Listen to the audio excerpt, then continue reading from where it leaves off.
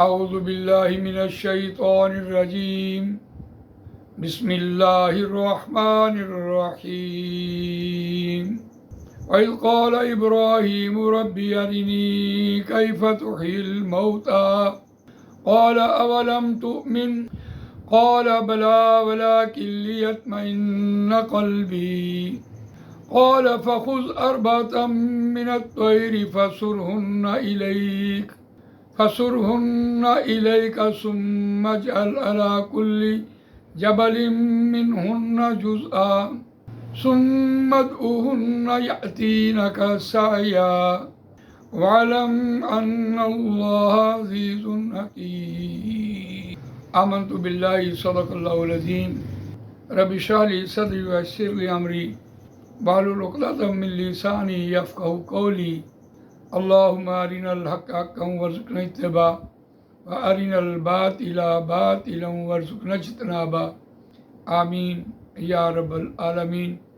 دوستو اور بزرگوں، سورہ بقرہ آیت نمبر 260 آپ کے سامنے تلاوت کی ہے۔ یہ تیسرے پارے کا تیسرا رکوع یہاں مکمل ہوا۔ اس رکوع میں 3 واقعات بیان ہوئے۔ 2 واقعات تو حضرت ابراہیم علیہ السلام اور ایک واقعہ حضرت عزیر علیہ السلام کا بیان۔ تینوں کا اگر مرکزی مضمون ہم دیکھیں تو وہ ہے بعث بعد الموت، کہ مرنے کے بعد اٹھنے کا تصور ہے۔ آپ کے علم میں ہے جب اہل ایمان کو مال خرچ کرنے کے حوالے سے کہا تو جو سوالات انسان کے ذہن میں پیدا ہوئے، کس کے لیے مال خرچ کرنا ہے، کیوں خرچ کرنا ہے، مجھے کیا فائدہ ہوگا، ان سوالات کے پیچھے ایمان بالآخرت کا نہ ہونا ہے۔ اس لیے اس رکوع میں مرنے کے بعد اٹھنے کا ذکر شد و مد سے بیان۔ یہ جو ہم نے آیت تلاوت کی ہے، اس میں حضرت ابراہیم علیہ السلام نے اللہ تعالیٰ سے ایک التجا کی کہ مردے کو کیسے زندہ کرتا ہے۔ دیکھیے سوال کتنا اہم ہے، اور انبیاء کرام کے ذہنوں میں ایسے سوالات کا پیدا ہو جانا یہ ان کے ایمان کی تصدیق ہے۔ انبیاء کرام کو یہ مشاہدات کرواتے رہے۔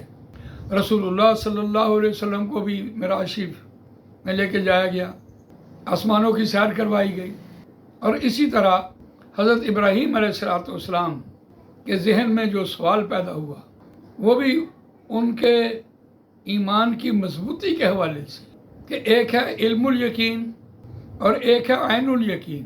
عین الیقین کے بعد حق الیقین پیدا ہوتا ہے، جس پر آدمی کھڑا ہو جاتا ہے، جم جاتا ہے۔ لیکن ایک دلچسپ بات یہ ہے کہ اللہ تعالیٰ کا اپنے نبیوں کا چناؤ یہ کوئی انہونی بات نہیں ہے۔ وہ پیمانہ اللہ تعالیٰ کے چناؤ کا پیمانہ ایک ہی ہے۔ نبی اکرم صلی اللہ علیہ وسلم تک نبوت مکمل ہوئی، لیکن اس کے بعد جو اللہ تعالیٰ اپنے بندوں کو چنتا ہے پیمانہ پھر وہی ہے۔ ابراہیم علیہ السلام کے ذہن میں جو سوال پیدا ہوا، قرآن مجید نے وہ سوال سورہ الانعام آیت نمبر 74-75 میں بیان کیا۔ وَإِذْ قَالَ إِبْرَاهِيمُ لِأَبِيهِ، اور جب کہا ابراہیم علیہ السلام نے واسطے اپنے باپ کے، آزر اتتخذ اصناما آلہہ، اور جب کہا ابراہیم علیہ السلام نے واسطے اپنے باپ آزر کے، اتتخذ اصناما آلہہ، کیا تو پکڑتا ہے، کیا تو بناتا ہے بتوں کو اپنا معبود؟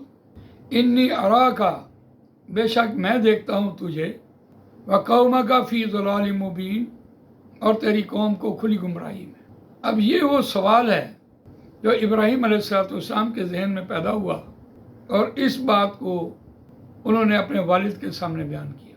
ان کا والد عراق میں ریاست کے کسی عہدے پر بھی تھا، تو جب اس نے اپنے بیٹے کے منہ سے یہ سوال سنا تو اس نے اس سوال کو خود ہی مشہور کیا کہ میرے بیٹے کا یہ سوال ہے۔ اور آج آپ بھی دیکھیں کہ آپ کا بچہ جب آپ سے کوئی بات پوچھتا ہے تو تسلی اور تشفی مانگتا ہے، اور تسلی بخش جواب مانگتا ہے، اور اگر آپ اسے سوال کا جواب تسلی بخش نہیں دے سکتے تو وہ پھولا نہیں سماتا کہ میرے سوال کا تو جواب کسی کے پاس ہے نہیں۔ یقیناً یہی واقعہ ہوا ہے۔ اس پر حضرت ابراہیم علیہ السلام نے جو قدم اٹھایا وہ قدم بھی قرآن مجید نے نقل کیا۔ اس پر پھر حضرت ابراہیم علیہ السلام نے ان کا جو بت خانہ توڑا ہے وہ بھی قرآن مجید نے نقل کیا. سورہ صافات آیت نمبر 91 92. فراغ الی آلہتہم، پس جا گھسا ان کے معبودوں کی طرف. فقال لا تاکلون، کیا نہیں تم کھاتے؟ ما لکم لا تنطقون، کیا ہو گیا واسطے تمہارے نہیں تم بولتے؟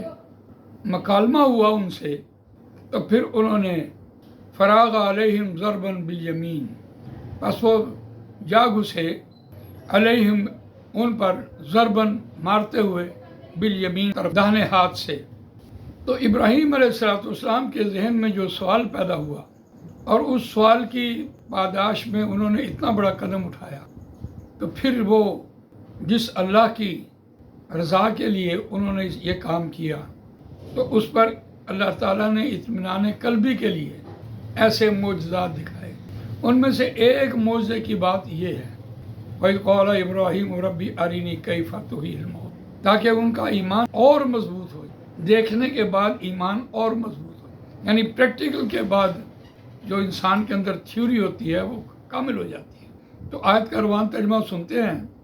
وَإِذْ قَالَ إِبْرَاهِيمُ رَبِّ أَرِنِي كَيْفَ تُحْيِي الْمَوْتَىٰ، اور جب کہا ابراہیم علیہ السلام نے اپنے رب سے، اے میرے پروردگار دکھا مجھے کیسے تو مردہ کو زندہ کرتا ہے.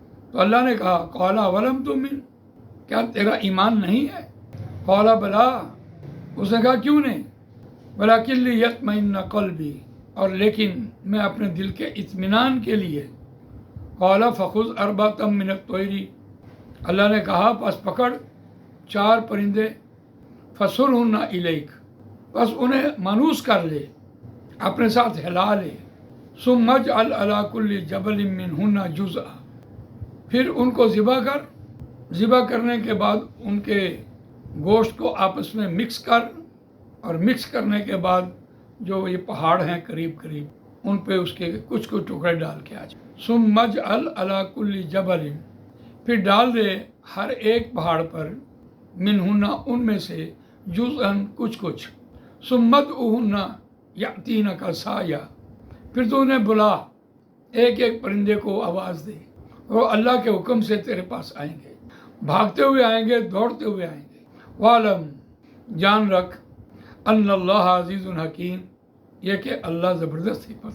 اب قرآن مجید نے یہ بات کہہ دی، لیکن آدمی کو یہاں چھوڑا نہیں. غور و فکر کرنے کے لیے مفسرین نے اس میں بہت کچھ لکھا. 4 پرندے تھے پروں والے، ایک مور، ایک مرغ، 2 میم سے اور 2 کاف سے، ایک کوا اور ایک کبوتر. ان 4 پرندوں کو انہوں نے مانوس کیا. اگر وہ کبوتر کی بولی بول رہے ہیں تو وہ ان کے پاس آ رہا ہے، وہ مور کو بلا رہے ہیں تو مور آ رہا ہے، کوے کو بلا رہے ہیں تو کوے آ رہا ہے، مرغ کو بلا رہے ہیں تو مرغ آ رہا ہے. جیسے آج ہم اپنے جانوروں کو سدھا لیتے ہیں اپنی آوازیں سے، ان کے نام رکھ لیتے ہیں، تو اسی طرح انہوں نے ان 4 پرندوں کو مانوس کر کے ذبح کیا اور ان کا گوشت بنایا اور پہاڑوں پہ ڈالے. پھر ان کو بلایا تو وہ اللہ کے حکم سے زندہ ہو گئے.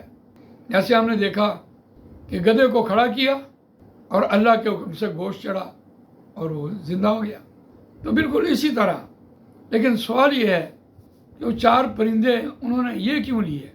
ظاہر بات ہے مور ناچتا ہے، پہلے ڈالتا ہے. ابراہیم علیہ السلام کی زندگی ان خرافات سے پاک تھی، اسی لیے انہوں نے ایسے 4 پرندوں کو ذبح کیا جن میں شریعت کے اعتبار سے ممانعت ہے. مور ناچتا ہے، اسے ذبح کیا. مرغ شہوت ران ہے، اس میں شہوت بہت ہوتی ہے، اس کو ذبح کیا. کوے کی اڑان بہت ہے، جیسے کوئی شخص بیٹھا شیخ چلی ہے، بے پر کی باتیں کیے جا رہا ہے، اس کی اڑان، اس لیے کوے کو ذبح کیا.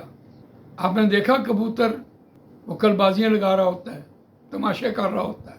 ان 4 عادات سے حضرت ابراہیم علیہ السلام نے پناہ مانگی، اور اس میں بھی ہمارے لیے سبق ہے. قرآن مجید نے اس کو نقل کیا. سورہ ممتحنہ آیت نمبر 4، قد کانت لکم اسوۃ حسنۃ فی ابراہیم والذین معہ، البتہ تحقیق ہے ابراہیم علیہ السلام کی زندگی بہترین نمونہ اور وہ لوگ جو ان کے ساتھ تھے. تو گویا ابراہیم علیہ السلام کی شخصیت ہمارے لیے جد امجد ہیں. اور جو یہودی اور عیسائی دعویٰ کر رہے ہیں کہ ہم ابراہیمی ہیں، اس کے لیے بھی قرآن نے نقل کیا، ما کان ابراہیم یہودی ولا نصرانی ولکن کان حنیف مسلم. وہ یکسو تھے، وہ توحید پرست تھے. اور عیسائی، انہوں نے بھی اللہ کے مقابلے میں حضرت عیسیٰ اور حضرت مریم کو لا کھڑا کیا. اس طرح یہودیوں نے حضرت عزیر علیہ السلام کو لا کھڑا کیا. اور ابراہیم علیہ السلام کے بہت بعد یہ توراۃ اور انجیل آئی ہے. یہ کیسے یہ دعویٰ کر سکتے ہیں کہ ہم ان کے ساتھی ہیں یا ہم ان کے فالوور ہیں؟ تو اس اعتبار سے دیکھیے کہ حضرت ابراہیم علیہ السلام کی زندگی میں جو اللہ تعالیٰ نے مشاہدات کروائے، وہ بھی آج امت کے لیے ایک رہنما اصول بنے. تو اللہ تعالیٰ مجھے آپ کو قرآن مجید پڑھنے، سمجھنے، اس پر عمل کرنے، اس کو دوسروں تک پہنچانے کی توفیق عنایت فرمائے. سبحانک اللہم و بحمدک، نشہد ان لا الہ الا انت، نستغفرک و نتوب الیک.